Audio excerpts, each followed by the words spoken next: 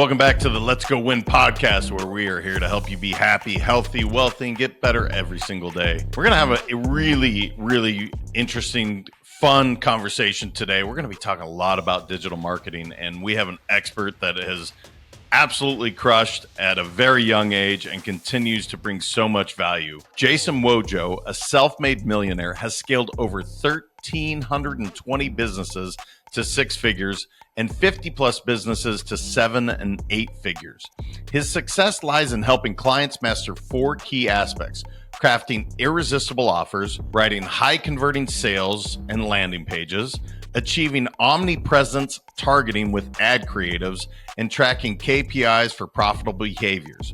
With over 125 million generated online through paid ads, Wojo is a renowned figure in paid advertising, featured in prestigious media outlets worldwide. Businesses are advised to focus on improving these critical components alongside acquiring visitors, whether they run paid ads or not. The conversation I just had with Jason Wojo was pretty amazing. It was literally a school on digital marketing. And we got into so many fascinating parts of it where he said, look, almost 85% of these people, they don't do what they say they're going to do. And that's definitely been my experience. Now, it wasn't just solely on the entrepreneurs in the digital media space. It was also on the entrepreneurs hiring them and not having that need for immediate gratification, being able to really see spending your ad, seeing the entire strategy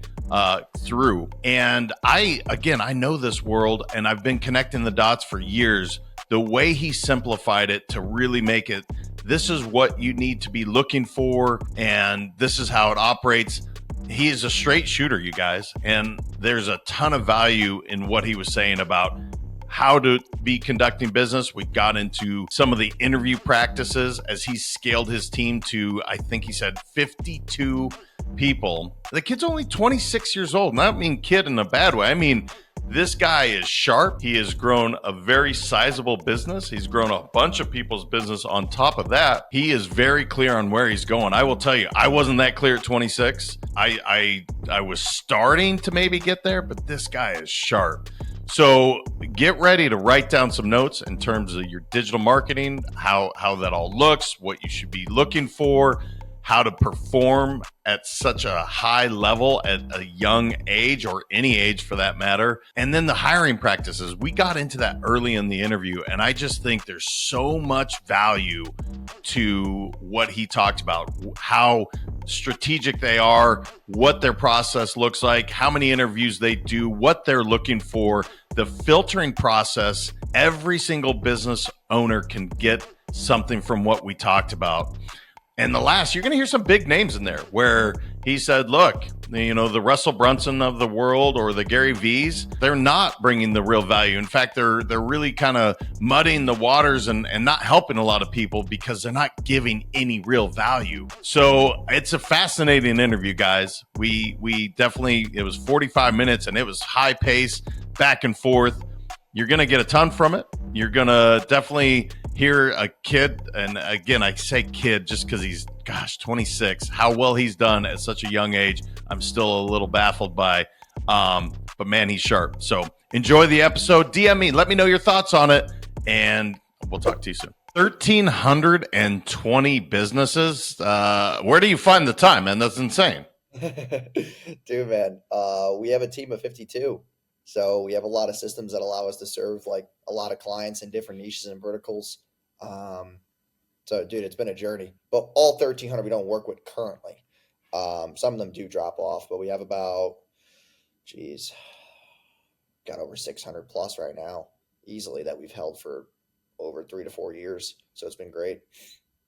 So 52, talk to me a little bit about how you found your team, what your leadership style looks like, because that's a significant amount of people to have all operating on the same page, having the success that you're having. What does that look like for your leadership style? Yeah. So the biggest thing that people really misconcept with hiring is they're like, oh, where do I find the best people?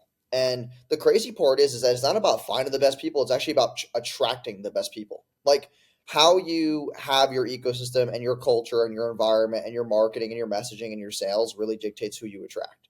So like if you're online and you're not posting a ton of content and you don't have good branding and have good messaging, you're not going to attract A+ players into your business. You're just going to attract a bunch of people who just want to get paid. So the biggest thing that we saw was like running events and like, being a part of the niche, doing podcasts, being out there, providing value, like doing all these things and having a big brand allowed me to attract A players who wanted to work for us because they saw it bigger than just a company. Also doing all the stuff that I didn't think that was important last year, like doing podcasts and getting awards and applying for things like that I didn't think was that important last year. I was like, oh, we just provide value to clients. We just make money. People want to be a part of that. And I was completely mistaken. And also like when I was running a business in the very beginning, I built a funnel to get clients. And now we have a funnel to hire people. So it's like this weird change that happened. And like, it's just crazy. I think the biggest thing too is like giving people what they're worth. A lot of people in the online space, like it's not against most people in the online space, but dude, I've been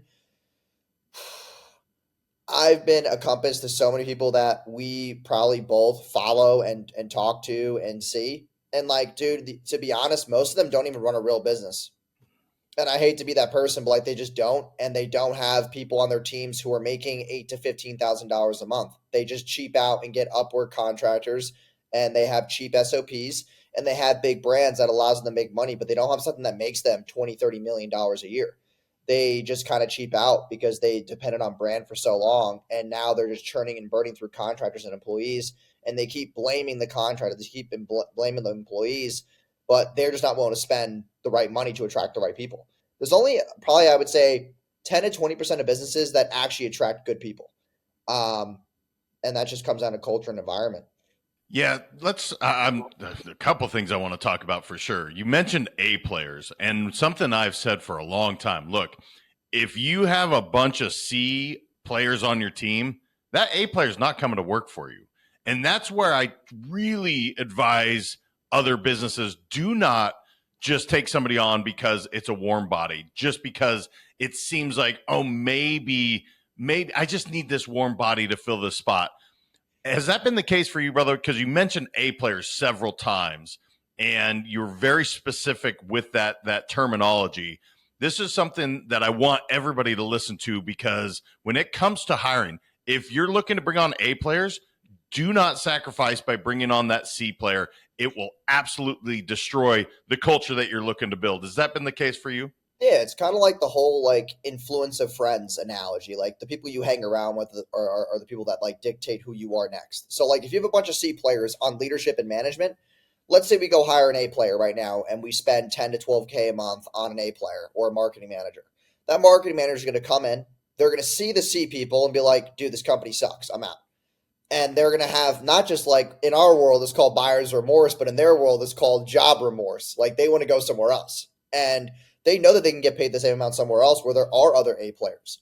So like when we're hiring strategy leads or what we call growth marketing managers in our business, who basically manage a certain amount of clients, they dictate this pod, we call them. Like if they come in and we hire a bunch of C-level media buyers and an F-level developer, they now have to work harder. They have to do more work. They're more stressed. And they're not going to be able to keep their KPI incentives as far as their growth is concerned inside the company, because we give them growth incentives on how many clients they actually keep. So that is going to hurt their pay and their overall career. Like not everybody wants to be an entrepreneur inside of a company or an intrapreneur. People just want really good careers and they want a good team around them and they want a good culture and they want to live like decent lives. Like I get that. So we don't want to make their lives stressful because their lives are already stressful outside of work because maybe they have families or their marriage isn't going well and all these things are going on. And it's like, you don't want to add to the stress. So what we really saw was like, if we just spend more money on an A player, then we don't have to keep rehiring. Like every employee that you mess up hiring is going to cost you thousands and thousands. I don't know what the stat is, but like to us, the average employee that we hire, if we mess up a hire, it costs us like $47,000, $48,000, which sucks, dude. That's a lot of money, but we don't want to take more interviews to find that right person. That's the problem with the most of the industry, man. It's all about like, when you look at content online, it's all about hustle, speed, like all these things. And it's wrong. Like it's the wrong persona because people are telling you to do that stuff because they want to pitch you and sell you shit. So they're like, oh, speed, money, hustle. Like, dude, no. take 80, like we take on average about 85 to 90 interviews to hire one person. And people might call me crazy, but like, dude, we don't have people churning and burning. We have good employee retention. Like, we don't have problems with trying to find new talent, because we're not going to sit there and the first person we interview and we're like, okay, like they're decent, let's hire them. Like, no, decent doesn't make great results. So that was something that we had to learn the hard way. Like, I was the same way. I'm not perfect. I'm wrapping everybody into this. Like, I did the same shit too. When I was first starting out, I hired anybody who had a pulse, and I had to learn the hard way that that was not the right idea. And I had to bring in an ops guy, CEO, CMO, all these things. Like, I wasn't good at those things. I'm good at funnels and marketing and direct response. I'm not good at hiring people. So I had to know what my strengths were, and I brought in other people to do it, which is the same analogy. It's like I bring in an A person who does ops and hiring. I can now focus my A plus talent on other things that are more important. So knowing your skill set obviously was a huge part of your success, which is awesome. But I'm curious, you said 80 to 90 people to really bring one in.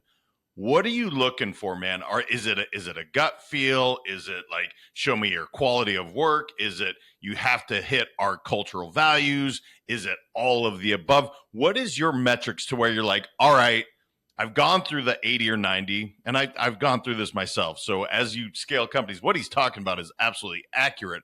But what I'm trying to get to is, where do you know you have that right hire? How many interviews what does that look like? Because this is the part where I think a lot of people actually do want to do the right things. They'll put in the quantity, but it's really figuring out what that metrics is that you're like, yep, we're going to get behind you. You're going to get behind us. We're going to go together. So what does that look like for your company when you're bringing these people on, whether that's you or your CMO or your chief recruiting officer, whoever it is at your company? So the biggest thing that we've seen is like 80 interviews, right? And I don't mean like 80 hours, because here's the thing with interviews. 15% to 20% don't show up because they have shiny object syndrome with other interviews. So that's the first piece to keep in mind with that number. Second is, dude, is I hate to be that person, but half the people lie about how good they are. So now we take 60, we chop it into 30. So, then we have 30 people who are actually good, right? They're decent. They go through a 3-interview process. First one is goals, morals, and ethics. And we go through their actual like resume. So the first one is just getting past the fact that like, hey, are you actually like, dude, for example, right? 30 people are actually qualified. 10 of those people don't even have like a good camera on their laptop, or they take the call on their phone, or like some stupid shit. So that we just cancel them. Then if they like, we have a whole rule, right? And this is something that's really interesting. I don't know how you feel about this, but we have a rule about interviews where if they don't show up 5 minutes early for the interview, like we just cancel the call. The way you do one thing is way to do everything else. Like if you're not able to show up 5 minutes early on a Zoom, like you're basically dead weight. That means you're going to show up late to a client's call.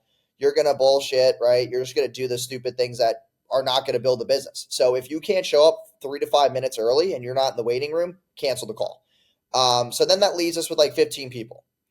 With the 15 people, we're looking for good tonality, good posture, good pivoting. Like we give them scenarios on call 2. Call 2 is scenarios. Hey, we have a client who's doing this and this and this. Like, what would you do? And then the third one is technical, plus then offering the actual income or what their salary is going to be. So we do a 3-way interview process. And dude, by then there's 8 people left, and then one to two might get hired, because maybe we have 8. One gets hired for the main position, and then one we see is good but not ready for that yet. We downsell them to another position. So we're able to squeeze more juice out of the interviews. But like, dude, it's crazy. Like it's the same thing with sales calls.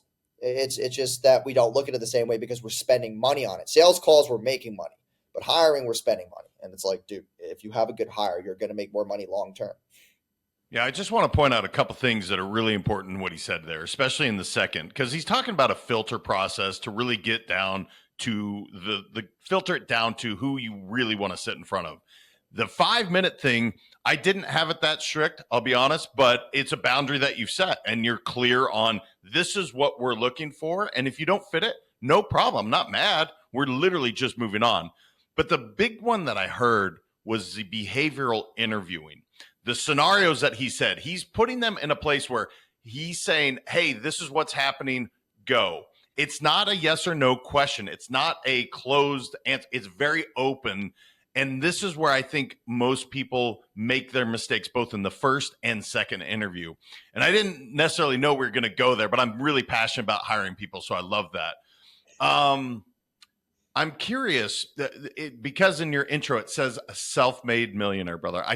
It's because I have a difference of opinion when it comes to self-made, especially when you have a team of 52. What does that mean to you, brother? Does that mean I came from humble beginnings and was able to scale, or do you truly? I'm just curious because I've had this conversation so many times where I'm like, no one's self-made. Just so we're clear, my spouse or my team or whoever it is. What does that look like for you? Just so I have clarity for my audience. Yeah. So biggest thing that I look at for that is like I never had a business minded anything around me when I was a kid. Like both of my parents had, jobs. My mom was a part-time teacher. My dad was just like a lab scientist making 80 grand a year. We never had a six-figure income. And like being around that kind of environment put me in like the job mindset. And also like even when I was in college, like I had to when I mean by self-made, I mean like self-educate myself to be an entrepreneur and actually make money. Like I never went to an entrepreneur school. I never bought like courses when I was first starting out. I just learned on my own. I went on YouTube videos for free.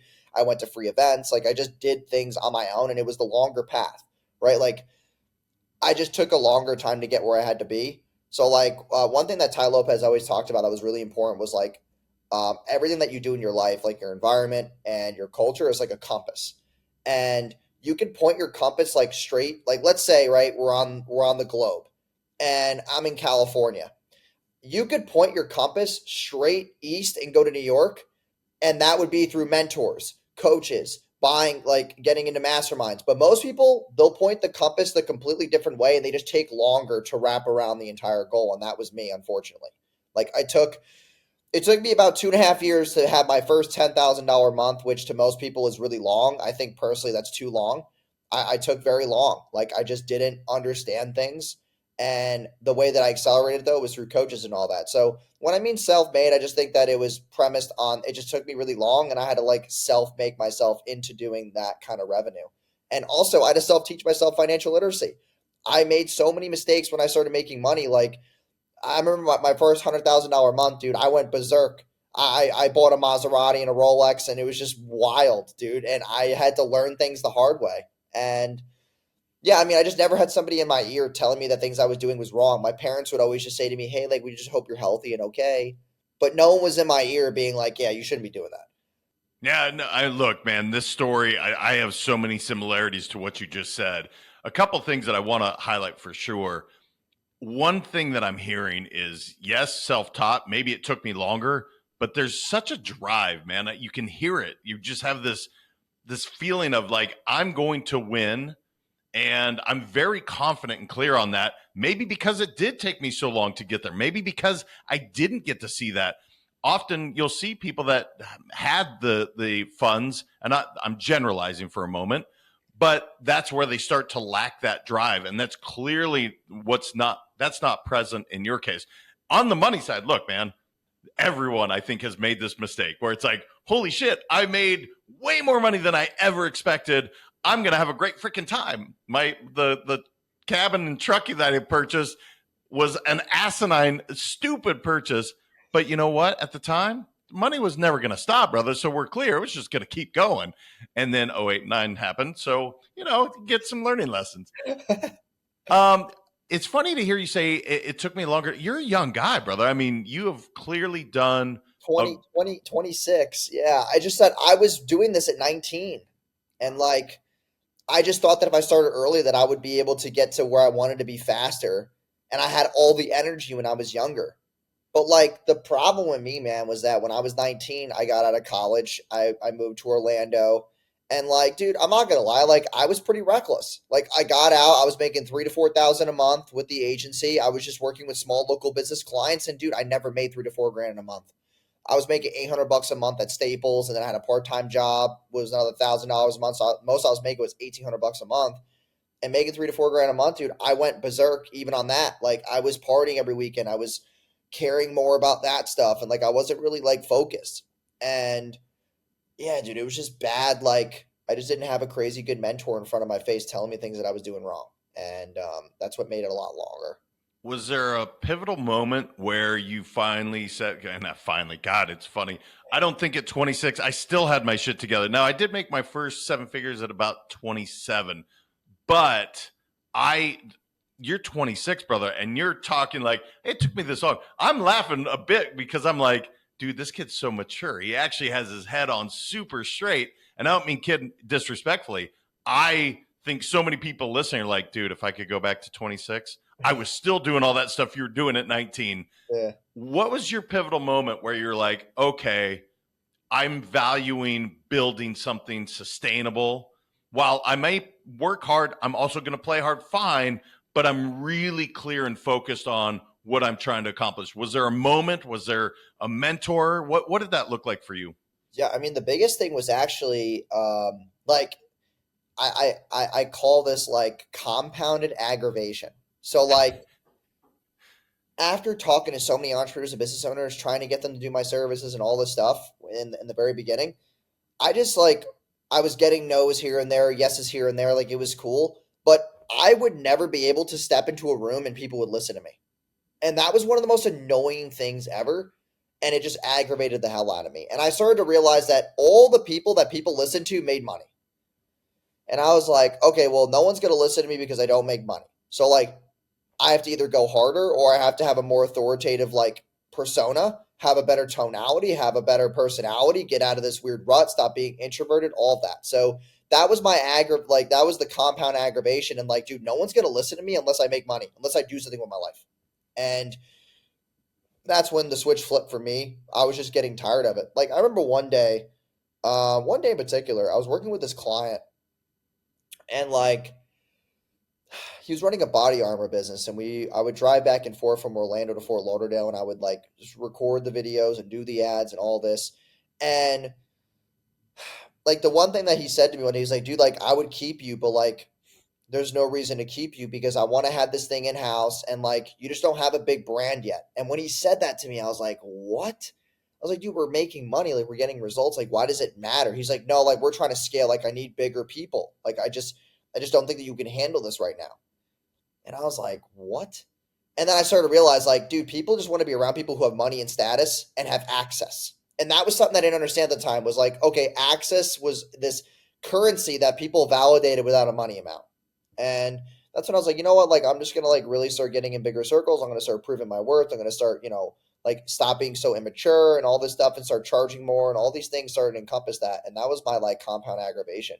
I was just tired of getting told or pushed aside. Like I would bring ideas to meetings. People were like, oh, like, yeah, that's cool. I was like, all right, well, like, are we going to do it? They're like, oh, like, we'll think about it. And I was like, you know what? I'm just going to do this thing on my own. So that's why I started building my own brand. And then I started like, really started being selective with the clients that I was taking on. Started being more strict with like who I filtered into my like head. Cause dude, like most people have an idea or most people have a business, but like, I hate to be that person, but 85% I would say of entrepreneurs online are just full of shit.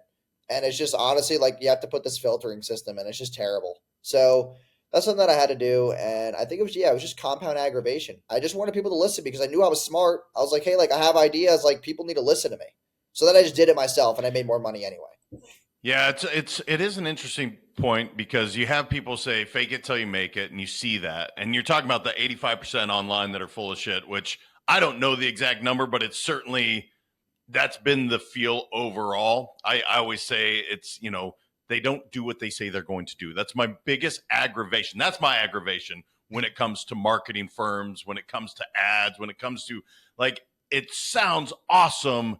And then you didn't do anything that you said you're going to do. Yeah. Is that really a huge differentiator for you? And maybe this is such a softball question, but honestly, I will tell you and my listeners, we always are searching people that are doing great business. We're searching for those marketing firms that actually do what they say they're going to do. But damn, it's expensive to figure that out. Other than just saying, hey, man, go work with Jason and his team. Is there a way for us to really figure it out without spending hundreds and hundreds of thousands of dollars? Because I can tell you, I can think of hundreds of people right now in the front of my mind that are feeling this exact thing I'm saying, and we talk about it openly. So here's the biggest thing that I've seen, and dude, I love the question because it lets me like handle the biggest objection about my niche is like, oh, like, why should we work with you? Or like, why have we been burned by agencies and why are marketing firms X, Y, and Z? And the brutal truth, man, is that when like the biggest thing I always talk about when I talk about ads is I talk about four really important parts. Is one is offers, two is landing pages and nurtures, right? And like your overall ecosystem and your product pages and like your conversion rates and what are those like, where are you driving traffic? Third are the ads, which is what I call like my creative omnipresence. So like where I take a video and run it on multiple platforms. And four is your KPIs. Like what are the numbers that dictate revenue? Like what levers do I pull to make you more money? And here's the brutal truth is that when people hire an agency, there's two paradigms. One is, I know ads make money. Where the hell is the money? It's been 2 months. We're not making money. Like, dude, for me, I debunk it because I'm the only, like, dude, there's only two agencies out there that run ads like I do. One is Eddie Malouf, who I respect, and two is me. We spend $12,000 a day in ads. And the funny part is that when I was spending 12 grand a day, when we still do, it comes down to harnessing the four key parts that took me 2.5 years to harness. The problem with most business owners is that they hire an agency, they don't get results in 2 months, and they leave.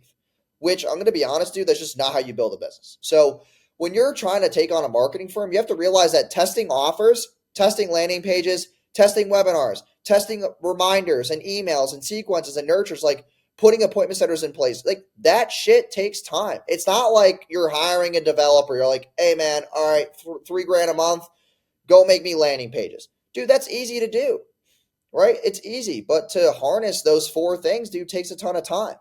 Like, for example, man, I work with some of the biggest names in the space, people that you all know and follow, and I've been working with them for 1.5 years. And the first 4 to 6 months, man, I'm going to be honest, wasn't great, but they have money. They understand. Like, I hate to bring this up, but like you have books behind you. Like, dude, that's awesome.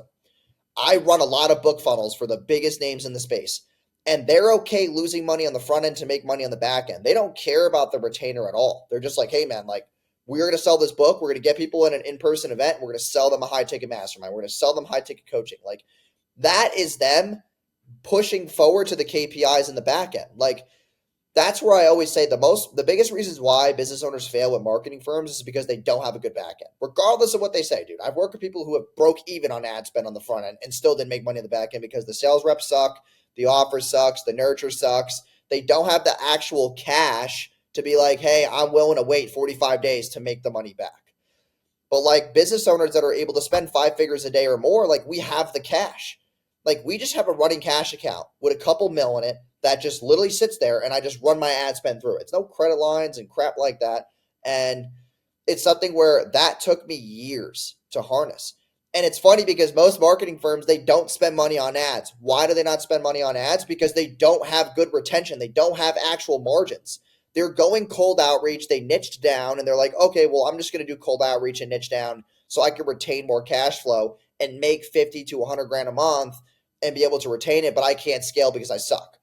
And that's why, like, you got approached by somebody or you got referred to somebody who only has a couple clients, who doesn't have a big team. Like, dude, we have 255 active clients that make over $50,000 a month, and we have a team of 52.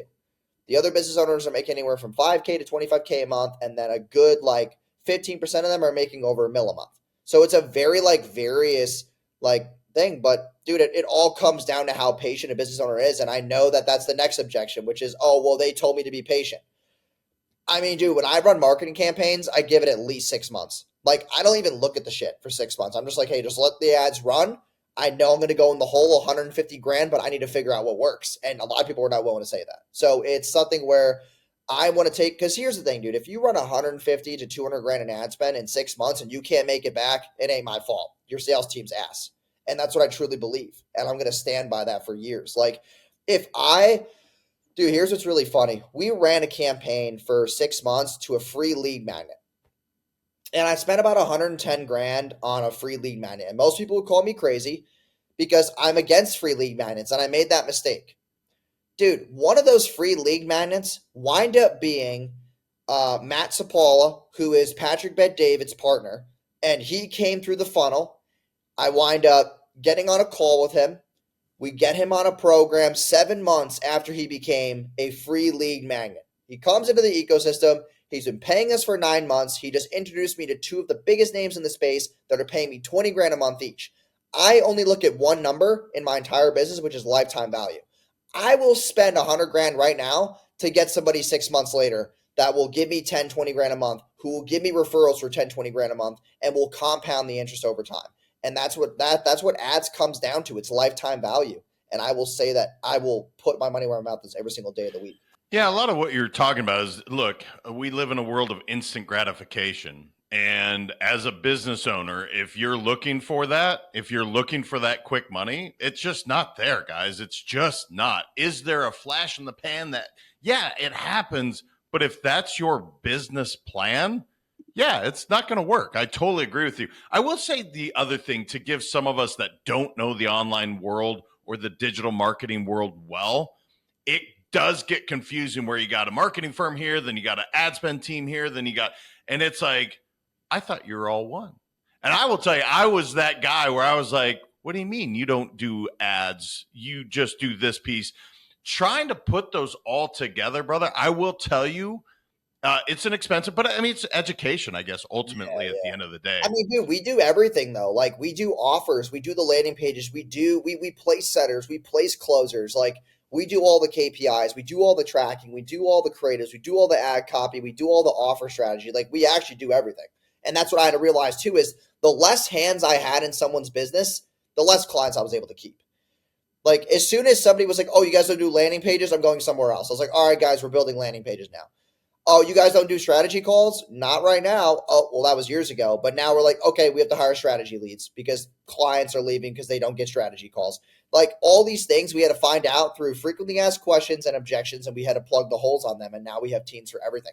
Copy, developers, email, SMS, like all of these things are just handled now. The only thing that we don't do is, unless they want to pay for it, is we don't shoot their creatives in person. That's the last objection that I've been able to handle, but now we do it. We hired a full-time videographer yesterday, so now we fly him around the United States, and now there's no objections. You can't be like, oh, you don't do creatives. Well, now we do. So, like, it's this thing where every single step of the way I've had to find a new objection. With all the businesses that we're talking about, and you mentioned the word niche, which in the marketing world, you're going to hear that about 1,000 times a day, maybe. I mean, I can't tell you how many times I have heard you need a niche, you need a niche, you need a niche. Like, man, look, I can bring value to a lot of people. Now, I will say niching has been extremely profitable for me personally.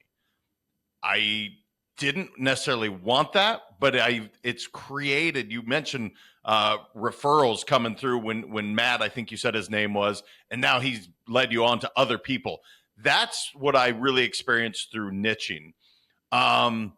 What do you have a specific niche, brother, that you're focused on, or what does that look like for you where you're like, yep, that's my client. That's the person I really want to work with. You mentioned having the runway to spend money, having the bandwidth to say, look, it's not instant gratification. So I can feel some of your filters, but is there specific industries or coaches or what are you looking for, brother? So the biggest thing right now, and it's like, it's all about low ticket funnels, all self-liquidation. So like it's either low ticket digital products to event funnels, low ticket funnels to high ticket coaching, home service business that are high ticket. I do a lot of book funnels. That's coincidence. A lot of book funnels to then have more upsells, downsells, cross sells, sales team, appointment setters, all that to high ticket events. The other thing that I run a lot of is event ads straight up. So like most of the referrals that I get from really big private clients are all about event ads.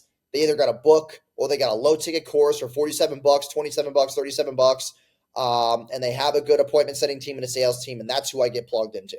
So that's where most of the referrals come.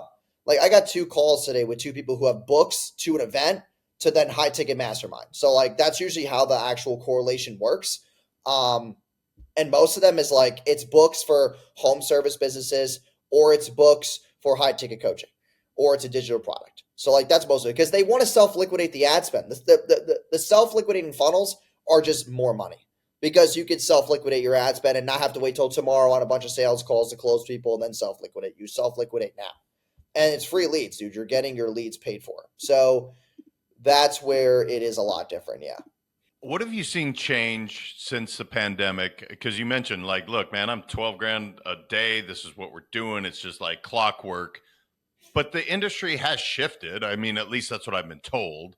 Yeah. I'm not an expert like you are in this space, but I was definitely there, felt like what I was told. The pandemic changed a lot of things. People got more buyer wary because so much was being thrown at them. What are you seeing right now, brother? Has it shifted much for you? Or you said you and one other gentleman are the only ones that do what you do. So that clearly is a differentiator for you. But has it shifted much for you? Or what I'm hearing, is it accurate? I mean, biggest thing I've seen, man, is that people are starting to lose the in-person connection since COVID. People want to work more virtually. People are losing that human connection. So like some of the most profitable funnels right now are literally just low ticket to events. Like if you're not running events in today's world, like you're not going to push 20, 30, 40 million. I mean, if you are, dude, congrats. But like, it's very hard to do that without events and having like a really reputable program that your program sells for you or referrals sell for you. So that's the thing that we saw. Dude, most of the people that I'm working with privately are books to events to high ticket coaching, because right now people don't want to like go on webinars and buy stuff like they used to. Okay. It's harder right now. Also, people don't want to buy courses that are DIY. They want done for you. That's where the niche is like really focusing on, is just done for you stuff. So there's a lot of offers that I get pushed into right now. And I'm like, hey, like, why are we selling a DIY? Well, my conversion rate's this. I'm like, dude, to be honest, that's pretty shit. Like, why are we not doing a DFY? And then I change it to a DFY and then they make more money and then they charge more. And it's just like, people want DFY, people want less friction, people are getting lazier, and people just want to be like in person more because they lost that touch during the pandemic. And that's just what I've seen. I mean, the other thing too is like getting something tangible in front of somebody, like a book, dude, goes a long way. That's why I just dropped my book. Like it's something where, yeah, I don't mind paying $30 to get someone to spend $7. I don't care about that, because then I'll get them on upsells. And then I call them and I get them into an event room, and then I'm selling them $17K to $40,000 packages. And it's something where it's just a better lifetime value person. Like books crush. It's just better. They're just better lifetime value buyers. And it just works really well. But I think that people are attaching to the quick money instead of looking at the long-term ecosystem and their content and their email list and overall like their actual ladder. Like people build a business in today's world and they don't know what their customer ladder is. I'm like, dude, you're not running a business, you're running a side hustle. Like, where does the person come in and like where do they end? And that's the only thing that should matter. And how you lead them in is how you dictate who you hire and who your teams are and what that looks like. So yeah, man, I mean, also ad spend has risen a lot. Ad costs have been a lot higher. So that's why self-liquidating low ticket funnels have been a huge demand for us. How do we get money back on day one to be able to then get the leads for free like we did in 2015 and 2018? Like, dude, AdSense was so cheap back then. You could run free plus shipping funnels and freaking profit on the front end. Like now it's a lot harder. So that requires better systems, better salespeople, better processes, and overall better product.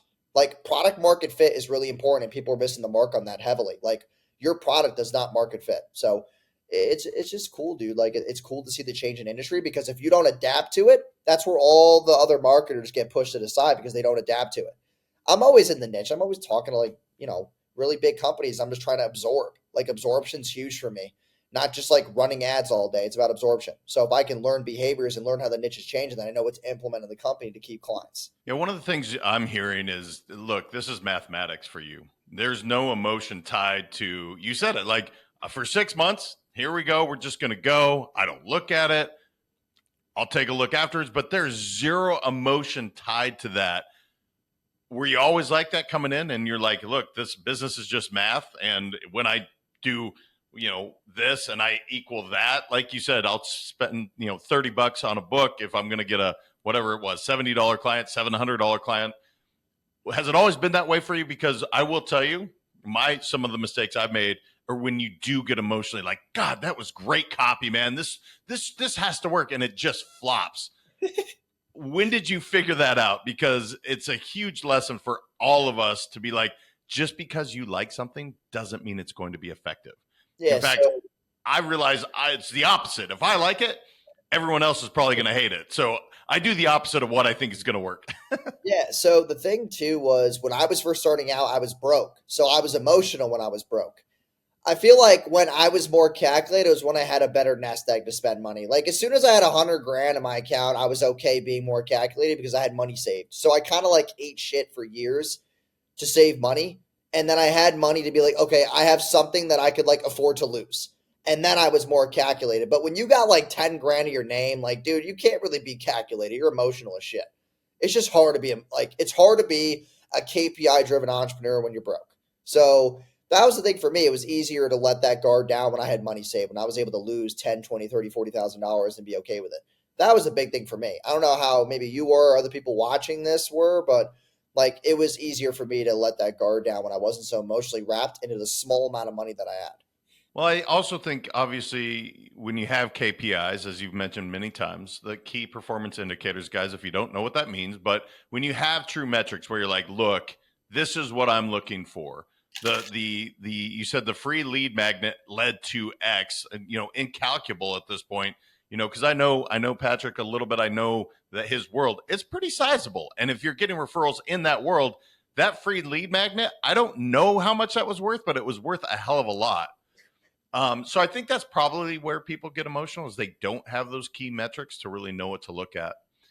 AI, brother, what are you seeing? How are you using it? It's obviously changed our world rapidly. I mean, to think that it's going away, it's not. How are you guys using it to your advantage? And has it been advantageous for you and your company? So biggest thing that I'll say is like the only thing we use AI for, to be honest, is just like Zapier and like automations. I'm going to take a different stand on this because we don't use AI. I know that might be completely ass backwards, but like we don't use it for marketing messaging or anything like that. Because here's the thing, clients who are paying thousands of dollars a month don't want to see a chat GPT email coming through their inbox. They don't want to see these things. So honestly, dude, AI has hurt the personal feel with clients and it loses trust. We tried chat GPT for 3 months. We lost more clients than ever. And then we stopped because clients don't want that crap. Like, dude, high level business owners, like they just don't want to use that unless it's like lead generation based.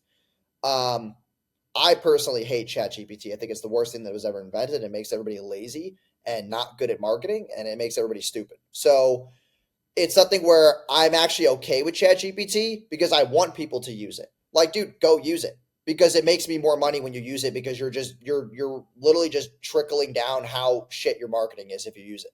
I personally hate it. So like, here's what's funny too, is that when I run my events and I do all my marketing and all that, I always want people to do the thing that's trendy.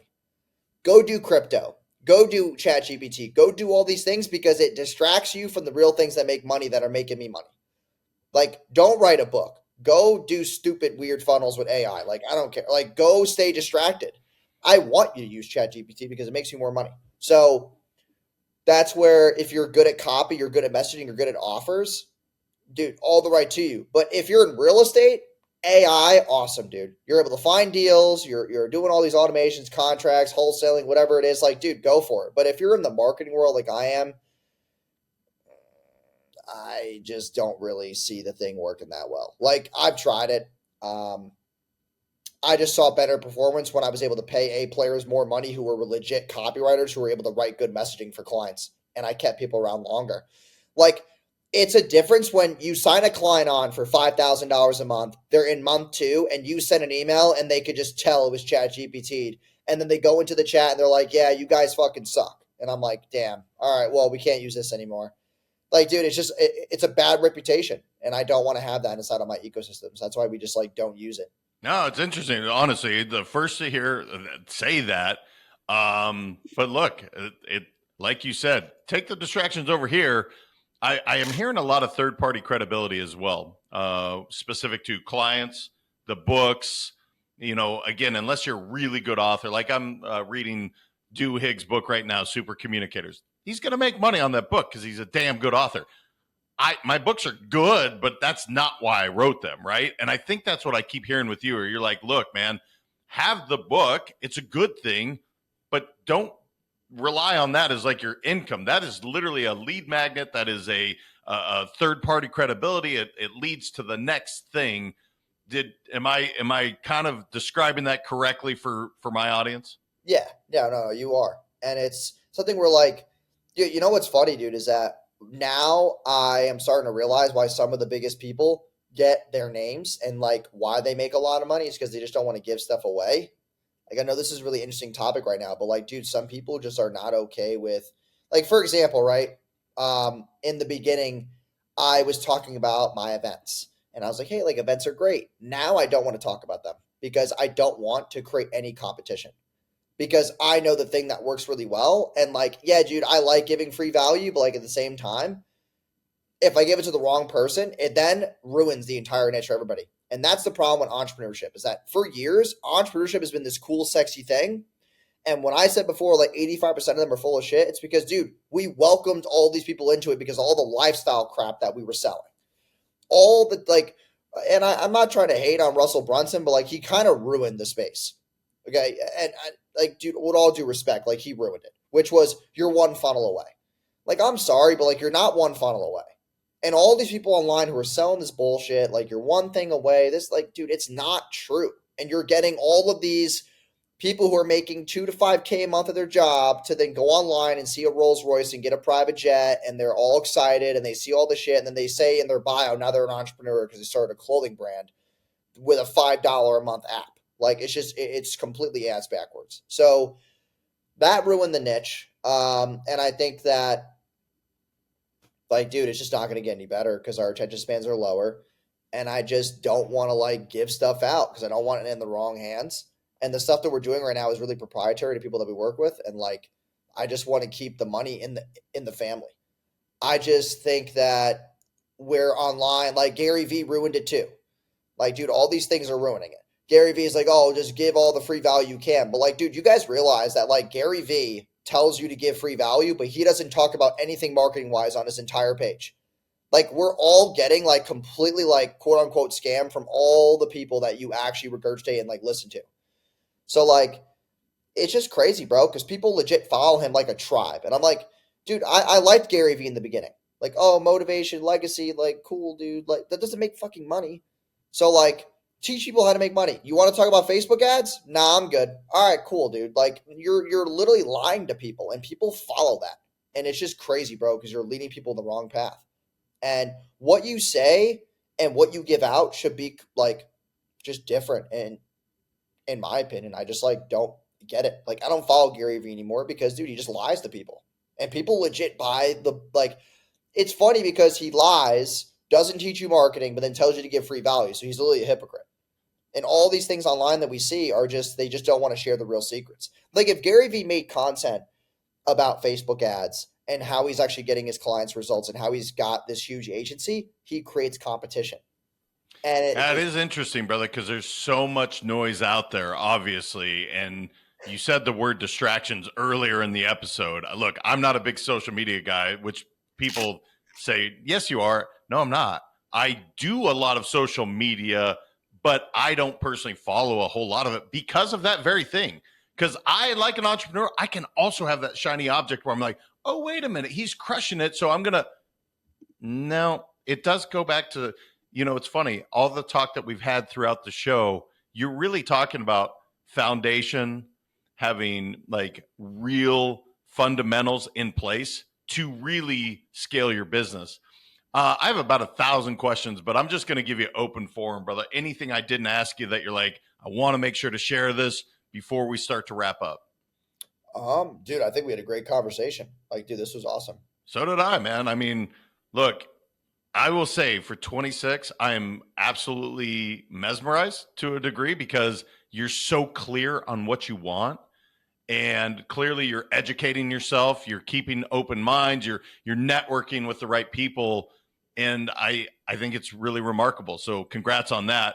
If people did, Jason, they want to work with you, they want your proprietary system, they want to be a client, where's the best place for them to connect with you online and really see if they're a good fit for you?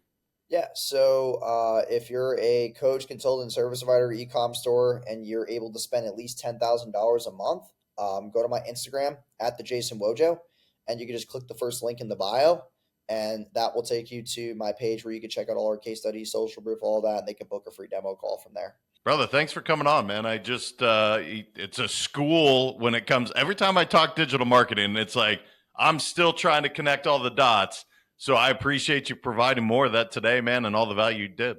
Yeah, appreciate it, man. Thanks for having me. Guys, go check it out. I mean, look, if you got 10 grand to spend, go check it out. Even if you don't, maybe you want to follow Jason just to see what he's really doing, because he spit a lot of truth today. I will tell you, had I met him about 5 years ago, I would have saved a lot of money by spending more in the beginning. And that is one thing that to skimp often creates a hell of a lot of more money that you're going to spend and very little return on your investment. Share this with somebody that's trying to grow, that really does want and provides value, and they're looking for someone like Jason. Share it out there, you guys. Until next time, remember, your mindset matters. I appreciate all of you so much. We'll talk soon.